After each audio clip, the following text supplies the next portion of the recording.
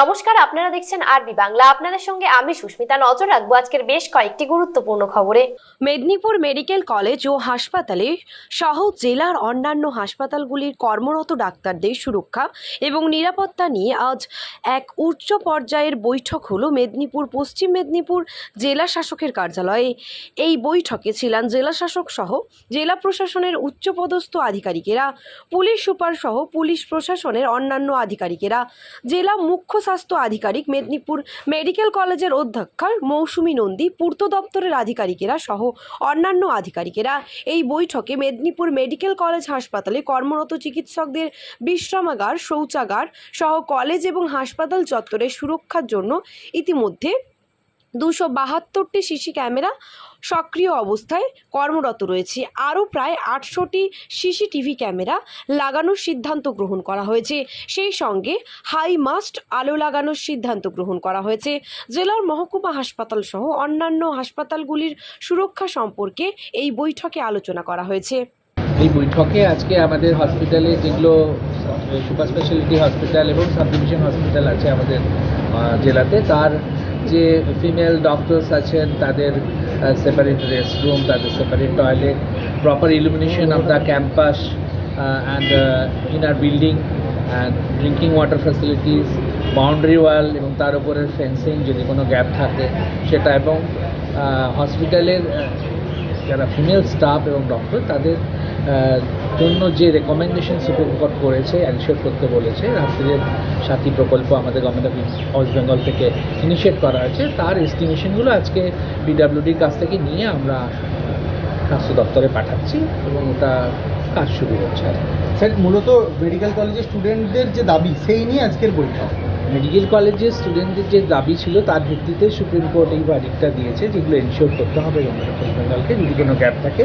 তো সেই গ্যাপগুলো আমরা আজকে অ্যাসেসমেন্ট করলাম এবং তার ভিত্তিতে যা লাগবে তার একটা estimation PWD IT, PWD civil, electrical তারা দিয়েছেন, সেগুলো আমরা স্বাস্থ্য বোর্ডে পাঠাচ্ছি। মেডিকেল কলেজে কতগুলো সিসি ক্যামেরা নতুন বসানো হবে? এটা ওনারা বলেছেন ওদের যে বয়েজ হস্টেল, যে গার্লস হস্টেল, ক্যাম্পাস পুরোটা নিয়ে ওদের প্রায় 818 সিসিটিভি বসানো।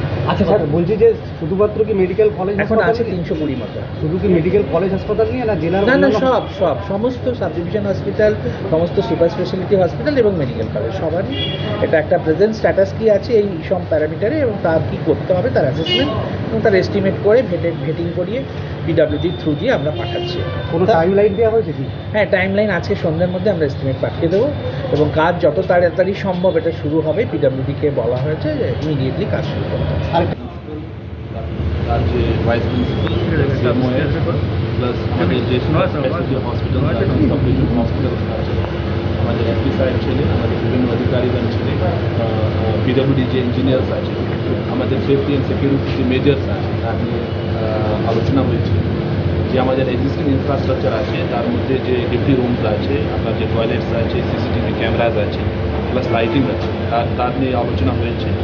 অলরেডি অ্যাসেসমেন্ট করা হয়েছে, গ্যাপ অ্যানালিসিস অলরেডি আমার সামনে আছে। বেশ কিছু যে কাজ আছে আমি আশা করছি দ্রুতভাবে অলরেডি কিছু অ্যাসেসমেন্ট কমপ্লিট করার পরে এস্টিমেট পাঠানো হয়েছে ডিপার্টমেন্টকে। আশা করছি বাকি যে কাজ আছে ইমিডিয়েটলি কমপ্লিট করতে পারবো ডিউ টাইম। তো যে আমাদের হসপিটাল অথরিটিজ যে অ্যাসেসমেন্ট করেছি কোথায় কী কী লাগবে সেই এস্টিমেট অলরেডি আমার হাতে আছে, প্লাস স্বাস্থ্য ভবন বেশ কিছু এস্টিমেট পাঠানো হয়েছে। আশা করছি যে আমাদের অনেক সুপ্রিম কোর্ট প্লাস আমাদের যে ডিপার্টমেন্ট যে আমাদের হেলথ ফ্যামিলি যে নির্দেশ দিয়েছে সেরকম যে আছে আমাদের যে ব্যবস্থা আছে and safety and security plus একটু ভালো পরিবেশ আমি রেডি করতে পারবো for our doctor, plus we are committed to this and we will do it as soon as possible. Sir, কতগুলো সিসি ক্যামেরা লাগানো হবে? আমাদের এখন যে অ্যাসেসমেন্ট আছে প্রায় existing 272 CCTV cameras are already in place, plus যে আমাদের মেদিনীপুর মেডিকেল কলেজ আছে সেখানে অ্যাসেসমেন্ট আছে প্রায় 800 সিসিটিভি ক্যামেরা আরও লাগানো হবে। প্লাস বিভিন্ন যে আমাদের super speciality hospitals, SDH hospitals আছে সেখানে অলরেডি যে এক্সিস্টিং সিসিটিভিজ আছে তার থেকে আরও কিছু সিসিটিভি লাগবে, সেটা অ্যাসেসমেন্ট করা হয়েছে। প্লাস শীঘ্রই যে আছে এ কাজ আমি স্টার্ট করব। প্লাস টয়লেট যে আছে ডিউটি রুমস আছে তার যে ফ্যাসিলিটিস, তার যে ব্যবস্থা কী আছে সে নিয়ে আমাদের আজকে আলোচনা হয়েছে। আশা করছি যে সব কাজগুলি আমি জুনিয়র ডাক্তাররা একটা অভিযোগ করেছে যে সিসিটিভি ক্যামেরা লাগানো রয়েছে কিন্তু সেগুলো অপারেশনাল নয়, অনেক ক্ষেত্রেই চলছে না। আমাদের এখানে 272 ক্যামেরাজ আছে, সেটা অলরেডি বলা হয়েছে। অল আর ফাংশনাল, যে আমার প্রিন্সিপাল ম্যাডাম বলেছে। এরপরে যে নতুন নতুন সিসিটিভি লাগানো হবে, ঠিক আছে, তার বেসিসে আমাদের পুরো কন্ট্রোল রুম থাকবে। That control room will be RG করের কর্তব্যরত মহিলা চিকিৎসককে নৃশংসভাবে ধর্ষণ করে খুনের ঘটনায় তোলপাড় গোটা রাজ্য। দেশের সীমানা ছাড়িয়ে প্রতিবাদের আঁচ লেগেছে বিশ্বের দরবারেও। এই নৃশংস ঘটনার জন্য রাজ্য সরকারের উদাসীনতাকেই দায়ী করছেন অধিকাংশ মানুষ। এমন আবহে দুর্গাপুজোর জন্য রাজ্য সরকারের দেয়া অনুদান না নেওয়ার সিদ্ধান্ত নিল পূর্ব মেদিনীপুরের এগরা দীঘা মোড় সর্বজনীন দুর্গোৎসব কমিটি। ইতিমধ্যেই এ বিষয়ে প্রশাসনের সর্বত্র চিঠি দিয়ে দুর্গাপুজোর অনুদান নেওয়া হবে না বলে জানিয়ে দিয়েছেন পুজো সংগঠকরা। এবার রাজ্যের প্রায় ৪৫,০০০ ক্লাবকে দুর্গাপূজার অনুদান দিতে চলেছে রাজ্য সরকার।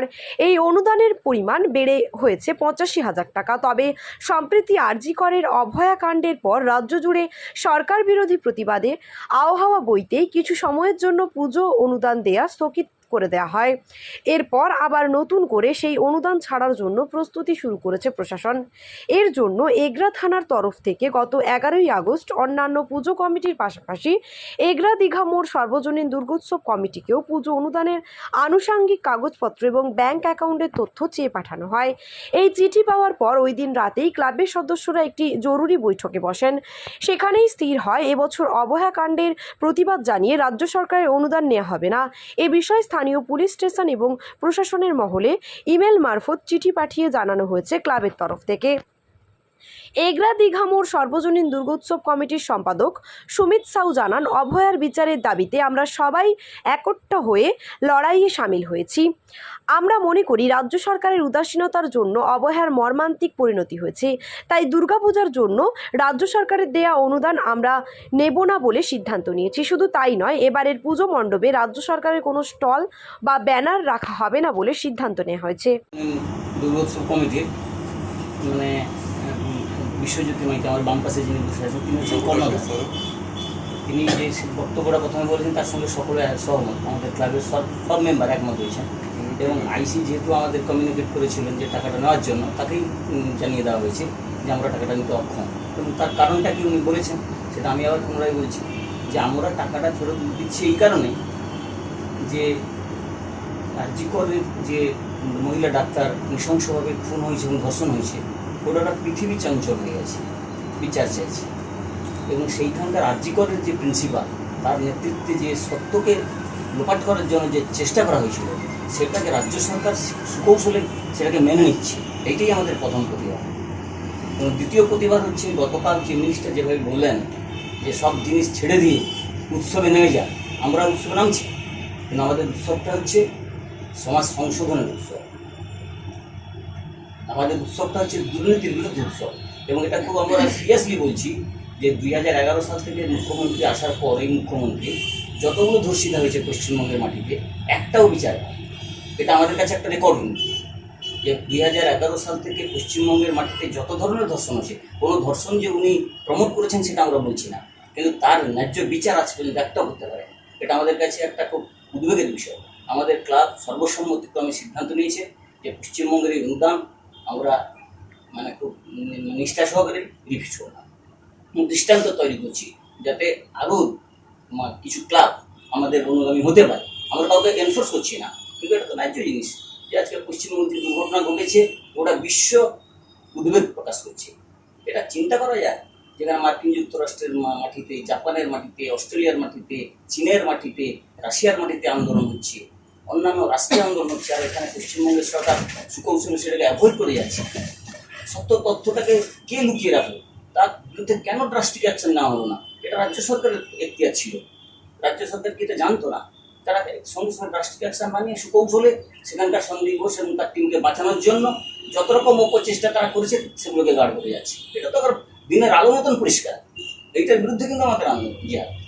এই জায়গায় সমাজের বুকে দাঁড়িয়ে আপনাদের ক্লাবের তরফ থেকে কী বার্তা দেবে? দেখুন, আজকে এগরা দীঘাঙ্গর সার্বজনীন দুর্গোৎসব কমিটির আজকে আমরা পুজো করব, উৎসব হবে। উৎসবটা হবে প্রতিবাদের উৎসব। আজকে ন্যায় বিচারের উৎসব হবে। সবচেয়ে বড় কথা, আজকে অভয়ার যে বিচার সেটা যেন আমরা পাই, সেই আবেদন রেখে আমরা এবারে যে পুজো, এই পুজোতে আমরা যে থিমটা আমরা জাস্ট একটু চেঞ্জ করেছি, সেটা বাইরেরটা আমরা কালো রাখছি, উপরের ভেতরটাও পুরো কালো রেখেছি, কোনো রকম ডিজাইন বসাবো না। আর প্যান্ডেলের ইয়েতে আমরা উই ওয়ান্ট জাস্টিস, আজ মানে জাস্টিস ফর আরজি কর, এগুলো আমরা ব্যানার দেব। তার সঙ্গে আমরা স্টিকারও দেব। আমরা অভয়ার বিচার চাই, এটাই আমরা আমাদের কাছে একটাই দাবি। এই জন্য আমরা আমাদের মণ্ডপ। আর আমরা এই বিচারের আশায় রয়েছি এবং সেই কারণে আমরা আজকে সরকারের অনুদান প্রত্যাখ্যান করছি। দীঘাঙ্গর সর্বজনীন দুর্গোৎসব কমিটির পক্ষ থেকে আপনাদের সবাইকে স্বাগত জানাচ্ছি। আপনারা আজ আমাদের ডাকে এসেছেন, তার জন্য আমরা কৃতজ্ঞ। মূলত দুটো কারণে আজকে আমরা এই প্রেস মিটটা করছি। গত 9ই আগস্ট আরজি করে আমাদের যে বোন ধর্ষিতা এবং খুন হয়েছে, তার পরিপ্রেক্ষিতে বর্তমান রাজ্য সরকারের ভূমিকা ও নীতির প্রতিবাদে আমাদের মাননীয় মুখ্যমন্ত্রী প্রত্যেকটা পূজা কমিটিকে যে 85,000 টাকা দিবেন বলে ঘোষণা করেছিলেন, সেটা আমরা সবিনয়ে প্রত্যাখ্যান করছি। এটা প্রথম কথা।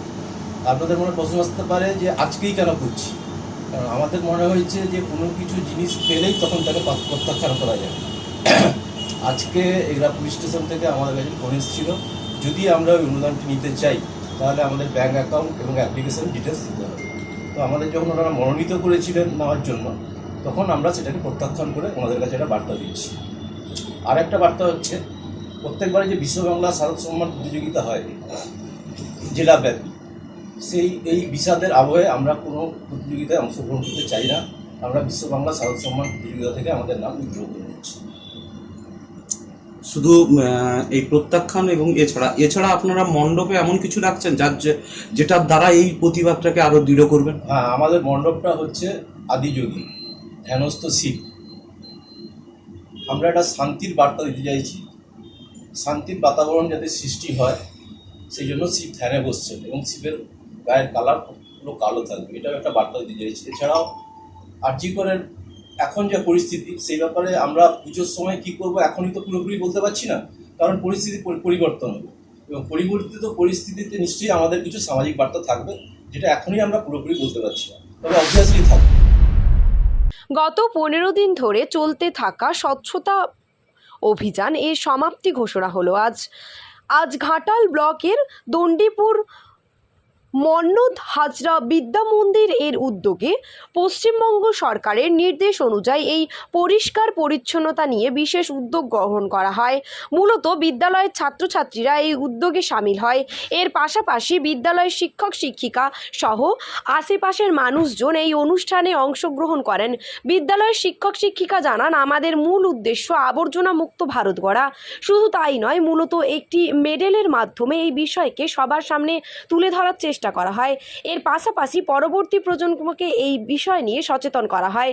এর পাশাপাশি সময় যাতে এই দূষণ এবং পরিষ্কার পরিচ্ছন্নতা নিয়ে আমরা নিজেরাই ছাত্রছাত্রীদের সচেতন করতে পারি এবং তাদের এ বিষয়ে সচেতন করতে সক্ষম হই, তারই প্রয়াস। মূলত দূষণের মাত্রা দিন দিন যে হারে বৃদ্ধি পাচ্ছে, তার জন্য সবার প্রথমে বিদ্যালয়ে ছাত্রছাত্রীদের সচেতন করতে হবে। মূলত নোংরা আবর্জনা মুক্ত স্বচ্ছ পরিবেশ গঠনই আমাদের মূল লক্ষ্য। এই উদ্দেশ্যকে সফল করতে এই উদ্যোগ। আমরা সরকারি নির্দেশ অনুযায়ী এটা আমরা শুরু করেছি গত 1 সেপ্টেম্বর, পাক্ষিক স্বচ্ছতা অভিযান, যেটি 15 দিন ধরে চলছে। ছাত্রছাত্রীদের অংশগ্রহণ আছে। তো আমরা বিভিন্ন রকম কর্মসূচি পালন করেছি পরিবেশকে ঠিক রাখার জন্য, পরিবেশকে যাতে ঠিকভাবে থাকে, সেটা ছাত্রছাত্রীদের মধ্যে সেটা যাতে বার্তাটা যায়। এই ক্ষেত্রে আজকে আমাদের যে পরিকল্পনার মধ্যেই এটা ছিল যে বিভিন্ন রকমের মডেল প্রদর্শনী, এবং এই মডেল প্রদর্শনীর মধ্যে আমাদের ছাত্রছাত্রীরা যারা অংশগ্রহণ করেছে সেখানে বিভিন্ন মডেলগুলো আছে পরিবেশকে ঠিকভাবে রাখার জন্য, সুস্থ রাখার জন্য তারা নিজেদের উদ্যোগে এবং শিক্ষক শিক্ষিকাদের সহযোগিতায় আজকে এই সমগ্র অনুষ্ঠানটি সম্পন্ন করা সম্ভব হয়েছে এবং আগামী প্রজন্মের ক্ষেত্রে এটি যাতে বার্তা যায়, অর্থাৎ পঞ্চম থেকে যে সমস্ত ক্লাস আমাদের এই স্কুলে আছে ছাত্রছাত্রীরা, তারাও যাতে ভবিষ্যতে এইভাবে এগিয়ে আসে পরিবেশকে যাতে সুস্থ রাখার জন্য। এটার জন্যই আমরা আজকে এই পরিকল্পনা করেছি এবং আজকে আমরা এটা এক জায়গায় এটা হয়েছি এবং এটি ক্লাসের মাঝখানে এই বিষয়টি আমাদের চলছে। আমার নাম শৈবাল ঘোষ, প্রধান শিক্ষক, নন্দীপুর মর্মত হাজরা বিদ্যা মন্দির। এটাই যে আমাদের বর্তমানে যে প্রচলিত শক্তি, সেই সমস্ত শক্তিগুলো বহু বছর ব্যবহারের ফলে শেষ হয়ে যাবে। এর ফলে এটি হচ্ছে একটি অপ্রচলিত শক্তি, যার এটা হচ্ছে ব্যবস্থাপনা হচ্ছে বায়োগ্যাস প্লান্ট। আর এই প্ল্যান্টে একটা ট্যাঙ্ক থাকে, যে ট্যাঙ্কের মধ্যে গরুর মল, যেটাকে আমরা গোবর বলে জানি, সেটা এখানে এই ট্যাঙ্কে সঞ্চিত হয়। এই ট্যাঙ্কে এটা 1 মাস থাকার পরে গ্যাস উৎপন্ন হয়, সেই গ্যাসটাই এই সঞ্চয় ট্যাঙ্কে সঞ্চিত হয়। এই গ্যাসটা আমরা রান্নার কাজে ব্যবহার করে থাকি, আর এই ট্যাঙ্কটা বেশি পরিমাণে ভর্তি হয়ে গেলে এই ট্যাঙ্কের মধ্যে দিয়ে এটা বাইরে বেরিয়ে যায়। এর ব্যবহারের উদ্দেশ্য এটাই যে আমাদের মানে জ্বালানি যেগুলো, সেগুলোর ব্যবহার কম, প্রচলিত শক্তি সেগুলো ব্যবহার কম হয়, আর আমাদের সাশ্রয় যাতে কম হয়, আর পরিবেশকে সুস্থ রাখা। তো শক্তিকে কম কাজে প্রচলিত শক্তি কম ব্যবহার, যাতে বেশি ফুরিয়ে যাচ্ছে, কারণ আমরা আস্তে আস্তে কয়লা পেট্রোলিয়াম কাজে লাগিয়ে আমাদের সম্পদ শেষ হয়ে যাচ্ছে। এটি হচ্ছে সূর্যের আলোকে কাজে লাগিয়ে এখানে সোলার প্যানেলে বিদ্যুৎটি তৈরি হবে, তাপে বিদ্যুৎ তৈরি হবে, দিয়ে এখানে ব্যাটারিতে সঞ্চিত হয়ে এটি দিনের বেলা সোলারে জ্বলবে এবং রাত্রে ব্যাটারিতে যে এনার্জিটি স্টোর হয়েছে সেটি রাত্রে জ্বলবে। নাম অঙ্কন বাঙাল। বর্তমানে পৃথিবীতে প্রচলিত শক্তি ব্যবহার করার ফলে বিভিন্ন জীবাশ্ম জ্বালানি যেমন কয়লা, পেট্রোলিয়াম এর পরিমাণ কমে আসছে, ফলে আমাদেরকে অপরিচিত শক্তির ব্যবহার বৃদ্ধি করতে হবে। সেই জন্য এটা হচ্ছে সোলার প্যানেল, যা অপরিচিত শক্তির ব্যবহার বৃদ্ধি করবে এবং প্রচলিত শক্তি মানে কম ব্যবহার করতে হবে, ঠিক আছে?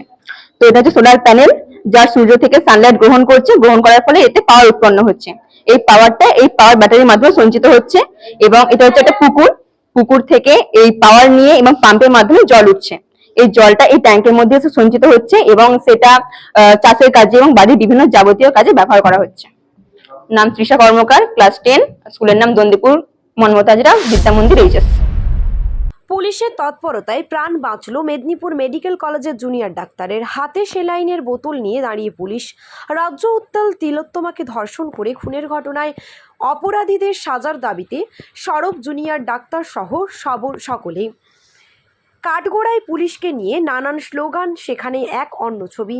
ঝাড়গ্রামের ফাঁসিতলা এলাকায় 6 নম্বর জাতীয় সড়কের ওপর মর্মান্তিক দুর্ঘটনায় আহত 8 জন। পুলিশের চেষ্টায় প্রাণ বাঁচল এক জুনিয়র ডাক্তারের। বুধবার রাত্রে ঝাড়গ্রামের ফাঁসিতলা এলাকায় 6 নম্বর জাতীয় সড়কের ওপর মর্মান্তিক দুর্ঘটনাটি ঘটে। ওই দুর্ঘটনায় আহত হয়েছে 2টি প্রাইভেট গাড়ির 8 জন। তাদের মধ্যে 3 জনকে আশঙ্কাজনক অবস্থায় উদ্ধার করে চিকিৎসার জন্য ঝাড়গ্রাম মেডিকেল কলেজ এবং হাসপাতালে ভর্তি করা হয়েছে। আহত 3 জন একই পরিবারের। বাকি আরেকটি গাড়িতে আহতদের মোহনপুর গ্রামীণ হাসপাতালে চিকিৎসার জন্য নিয়ে যাওয়া হয়। ঝাড়গ্রাম মেডিকেল কলেজ হাসপাতালের আহতরা হলেন জুনিয়র ডক্টর সৃষ্টি এক্কা, বয়স 30 বছর, আশা এক্কা, বয়স 26 বছর ও কমলাবতী এক্কা, বয়স 62 বছর। বাকি আহত 5 জনের আঘাত গুরুতর না হলেও তাদের প্রাথমিক চিকিৎসার জন্য ছেড়ে দেওয়া হয়। তবে সৃষ্টি এক্কা হলেন মেদিনীপুর মেডিকেল কলেজের জুনিয়র ডাক্তার।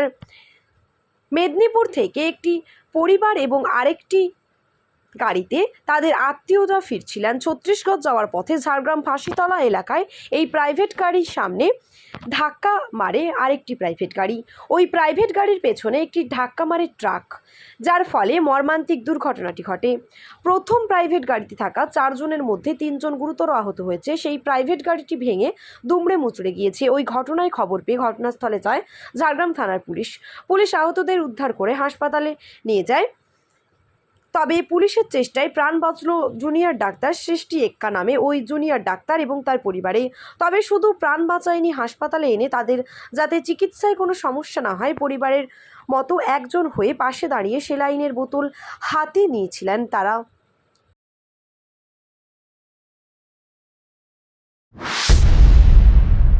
ধর্মঘটে সামিল হলো Medinipur district truck operators welfare association.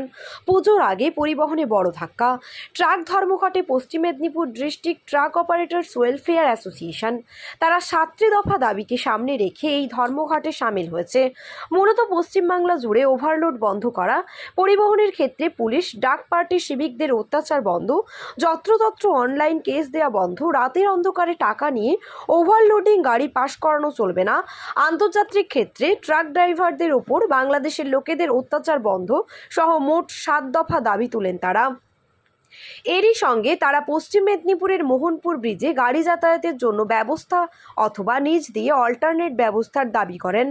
তারা এর আগে এক প্রস্থ জেলাশাসক এবং পুলিশ সুপারকে লিখিত স্মারকলিপি জমা দেন, কিন্তু তাতে চিড়ে ভেজেনি। এই দাবি সম্বলিত বিষয় নিয়ে এদিন ধর্মঘটে সামিল হন। এই 72 ঘন্টার ট্রাক ধর্মঘট ডাকে এদিন গড়বেতা চন্দ্রকোনার হাজার হাজার ট্রাক দাঁড়িয়ে থাকে লাইন দিয়ে। বেশিরভাগ ট্রাকগুলি ছিল নিত্য প্রয়োজনীয় সরবরাহকারী। অন্যদিকে কেশিয়ারি, মোহনপুর, বেলদা, পিংলা, সবং, কেশপুর, দাসপুর, ঘাটাল সহ শালবনী এলাকায় ট্রাক দাঁড়িয়ে থাকে শয়ে শয়ে। সাংগঠনিক দাবি, গোটা জেলা জুড়ে তাদের দাবি 4000 সদস্য রয়েছেন এবং ট্রাক রয়েছে প্রায় 10,000। এদিন সকাল থেকে সব ট্রাকই বন্ধ রয়েছে, পালন করেছে ধর্মঘট। অন্যদিকে এই ট্রাক ধর্মঘটের জেরে সমস্যায় আমজনতা। মাছ, মাংস, শাকসবজি তো বটেই, এছাড়াও জরুরি নিত্য প্রয়োজনীয় জিনিসপত্র সরবরাহে পড়েছে ঘাটতি। কিন্তু এই ধর্মঘটের জেরে অমিল হবে নিত্য প্রয়োজনীয় জিনিসপত্র কেনাবেচা, সেই সঙ্গে দাম বাড়বে এই নিত্য প্রয়োজনীয় জিনিসের, যার ফলে সমস্যায় পড়বে আমজনতা। সংগঠনের দাবি, আজ থেকে শুরু হলো আমাদের ধর্মঘট। যতক্ষণ না রাজ্য থেকে কোনো সদুত্তর পাবো ততক্ষণ চলবে আমাদের এই ধর্মঘট প্রক্রিয়া। West Bengal truck operators welfare অ্যাসোসিয়েশনের ডাকে আজকে আমাদের পশ্চিম মেদিনীপুরেও আজকে জেলাব্যাপী একটা ধর্মঘট চলছে। এখানে 7 দফা দাবি আছে। বিশেষত পুলিশি জুলুম, পরিবহন আধিকারিকদের যেভাবে অত্যাচার, রাস্তাতে এবং অফিসে দুর্নীতি, এর প্রতিবাদ এবং আমাদের জেলার সর্বোপরি মোহনপুর ব্রিজ, যে ব্রিজটি এই 3 বছর ধরে অবরুদ্ধ আছে, এই ব্রিজটি রাতের অন্ধকারে পুলিশ টাকা নিয়ে গাড়ি ছাড়ছে, অথচ ব্রিজটিতে আমাদের যারা ট্রাক মালিক, নর্মাল ট্রাক মালিক, তাদেরকে যেতে দিচ্ছে না। আমরা দীর্ঘদিন ধরে জেলা শাসকের কাছে 3বার ডেপুটেশন দিয়েছি যে ব্রিজ অবিলম্বে চালু করুন, নচেত নিচে রাস্তা করে দিয়ে আমাদেরকে ব্রিজের উপর দিয়ে যেতে দেন। তা সত্ত্বেও এটা হচ্ছে না, এইটা একটা কারণ। এছাড়াও ডিএলআর দপ্তর ব্যবহারের প্রতিটি গাড়ি থেকে 1 লক্ষ টাকা ফাইন তুলছে এবং অহেতুক রাস্তাঘাটে হ্যারাসমেন্ট করছে। এগুলো আমাদের দাবি আছে। এবং বেসরকারি ওয়েবিজ সংস্থা 236 টাকা ওজন করার নামে একটা টাকা তুলছে, এটার আমরা তীব্র প্রতিবাদ জানাচ্ছি। আমাদের যেটা দাবি যে প্রতি জেলা থেকে 236 টাকা করে যেভাবে টাকা তোলা হচ্ছে, এই টাকা ওজনের নাম করে তোলা যাবে না। এই সমস্ত সার্বিক কারণেই আজকে আমাদের এই ধর্মঘট। 7 দফা দাবিতে 72 ঘন্টা ট্রাক ধর্মঘট ক্ষীরপাইয়ে। Federation of West Bengal truck operators অ্যাসোসিয়েশনের ডাকে 7 দফা দাবিতে আজ 12ই সেপ্টেম্বর অর্থাৎ দ্বিতীয় দিনও সারা বাংলা জুড়ে ট্রাক ধর্মঘট চলছে। ইতিমধ্যেই পশ্চিম মেদিনীপুরের ক্ষীরপাই সহ নেড়াদেউল চন্দ্রকোনা রোডে পড়েছে সেই প্রভাব। ক্ষীরপাই সহ পশ্চিম মেদিনীপুরের বিভিন্ন এলাকায় গিয়ে সরজমিনে কর্মসূচি খতিয়ে দেখছেন পশ্চিম মেদিনীপুর ট্রাক অ্যাসোসিয়েশনের সভাপতি প্রদীপ মণ্ডল। ট্রাক ধর্মঘটের বেশ কয়েকটি দাবি নিয়ে এই ধর্মঘট। পশ্চিম মেদিনীপুরের মোহনপুরের ব্রিজে সমস্ত রকম যান চলাচলের ব্যবস্থা সহ একাধিক দাবি নিয়ে এই ধর্মঘট। ওয়েস্ট বেঙ্গল ট্রাক অপারেটর্স অ্যাসোসিয়েশনের ডাকে সারা রাজ্যব্যাপী যে 72 ঘন্টা ধর্মঘট, তা আজ দ্বিতীয় দিন। আপনারা ইতিমধ্যে দেখতে পাচ্ছেন পশ্চিম মেদিনীপুর জেলার ক্ষীরপাইতে যে বিপুল সাড়া আমরা সাধারণ ট্রাক মালিকদের কাছ থেকে পাচ্ছি, স্বতঃস্ফূর্ততা যেভাবে পাচ্ছি, প্রতিটি ট্রাক মালিক নিজ নিজ ট্রাক এখানে রেখে তারা আজকে আমাদের এই ধর্মঘটকে সমর্থন করছে এবং তারই প্রভাব আজকে এই দুদিকে লম্বা লম্বা 2 কিলোমিটার 5 কিলোমিটার লাইন চলে গেছে, এটা আপনারা লক্ষ্য করতে পারছেন। এরপর আসি আমাদের দাবি। আমরা যে 7 দফা দাবি মূলত রেখেছি, প্রথমেই আমরা ওভারলোড যেভাবে সারা রাজ্য জুড়ে চলছে তথা আমাদের এই জেলা পশ্চিম মেদিনীপুর, এই পশ্চিম মেদিনীপুর জেলার প্রতিটি প্রান্তে প্রশাসনের উদাসীনতায় বা পরোক্ষ মদতে যেভাবে আজকে ওভারলোডের বাড়বাড়ন্ত, এটা বন্ধ হওয়া দরকার। দ্বিতীয়ত, আজকে পুলিশি জুলুম, অনলাইন কেসের ভয় দেখিয়ে যেভাবে এটিএম মেশিনের মতো নিয়ে আজকে আমাদের সাধারণ ট্রাক মালিকদেরকে এটিএম মেশিন ভেবেছে যে যখন খুশি যেন পয়সা নেওয়া যাবে, আর সিভিক ভলেন্টিয়াররা যেন আইপিএস অফিসার হয়ে গেছে, তাদের আচরণ এটা আমাদেরকে ব্যথিত করে। এইসব অত্যাচার যাতে বন্ধ হয় তার জন্যই আন্দোলন। তাছাড়াও আপনারা জানেন যে বেসরকারি ওয়েবিজ সংস্থা তারা ওজন যন্ত্রে ওজন করার পর 236 টাকা আমাদের ট্রাক মালিকদের কাছ থেকে নিচ্ছে। তো আমরা গাড়ির মালিকরা যেখানে লোড করি সেখানে আমরা কাটা করার পয়সা দিই, যেখানে খালি করি সেখানে কাটা করার পয়সা দিই। তাহলে সরকার যদি প্রতি জেলায় একটা করে এরকম 236 টাকা করে ওজন যন্ত্র বসায় এবং প্রতি জেলাতে যদি 236 টাকা তুলতে থাকে, তাহলে 23টা জেলা পেরাতে গেলে আমাদের বহু টাকা ব্যয় হয়ে যাবে। আমাদের এমনিতেই লাভের ভান্ডার শূন্য। তাই আমরা চাই এই 236 বন্ধ হোক। এছাড়া বিএলআরও দপ্তর, এই ভূমি রাজস্ব দপ্তর যেভাবে প্রতিনিয়ত আমাদের সাধারণ ট্রাক মালিকদের কাছ থেকে গাড়ি ধরেই 1 লক্ষ টাকা, ওনাদের মাপের কোনো ঠিক নেই এবং বলারও কেউ নেই, আর ওনারা দেখবেও না 1 লক্ষ টাকা ফাইন করে ওনারা ছেড়ে দিচ্ছেন। এছাড়াও আমাদের আছে আন্তর্জাতিক ক্ষেত্রে বাংলাদেশের যেভাবে আজকে ভারতীয় ট্রাক ড্রাইভারদেরকে হ্যারাসমেন্ট করা হচ্ছে, একটা পানীয় জল পর্যন্ত সেখানে পাওয়া যাচ্ছে না, প্রতি পদে পদে আমাদেরকে সেখানে বিপদে পড়তে হচ্ছে। এছাড়াও আমাদের যেটা জেলায় একটা বড় সমস্যা, মোহনপুর ব্রিজ, যেটা এই 3 বছর ধরে বন্ধ, যেটা আমাদের সাধারণ ট্রাক মালিকদের জন্য অবরুদ্ধ করে দেওয়া আছে। যেখানে আমরা রোড ট্যাক্স দিচ্ছি, টোল ট্যাক্স দিচ্ছি, অথচ আমরা সঠিক রাস্তা পাচ্ছি না। কিন্তু আমরা দেখতে পাচ্ছি রাতের অন্ধকারে ওভারলোড গাড়িগুলি বিপুল মাল নিয়ে যে সেই ব্রিজের উপর দিকে পেরিয়ে যাচ্ছে, তখন নাকি ব্রিজ ঠিক হয়ে যাচ্ছে। আমরা চাই অবিলম্বে আমাদের সর্বসাধারণ ট্রাক মালিকদের জন্য সমস্ত প্রকার যানবাহন এই মোহনপুর ব্রিজ দিয়ে যাতে যেতে পারে তার ব্যবস্থা প্রশাসনকে করতে হবে। আর নচেত ব্রিজের নিচে যেভাবে জয়দেব ঘাটের রাস্তা করা আছে, ঠিক একই রকমভাবে আমাদেরকে যাতায়াতের ব্যবস্থা করে দিতে হবে। এইগুলোই ছিল আজকে মূলত আমাদের বন্ধের দ্বিতীয় দিনের দাবি। এবং আমাদের 72 ঘন্টা তো চলবেই। যদি সরকার আগামী দিনে আমাদের এই দাবিগুলো না মানে, পুজোর আগে আমরা আবার লাগাতার ধর্মঘটের দিকে যাব। প্রদীপ মণ্ডল, সম্পাদক, পশ্চিম Medinipur district truck operators welfare. সংবাদ এখন এ পর্যন্তই। দেখতে থাকুন আরবি বাংলা, খবর যেখানে হাতের মুঠোয়।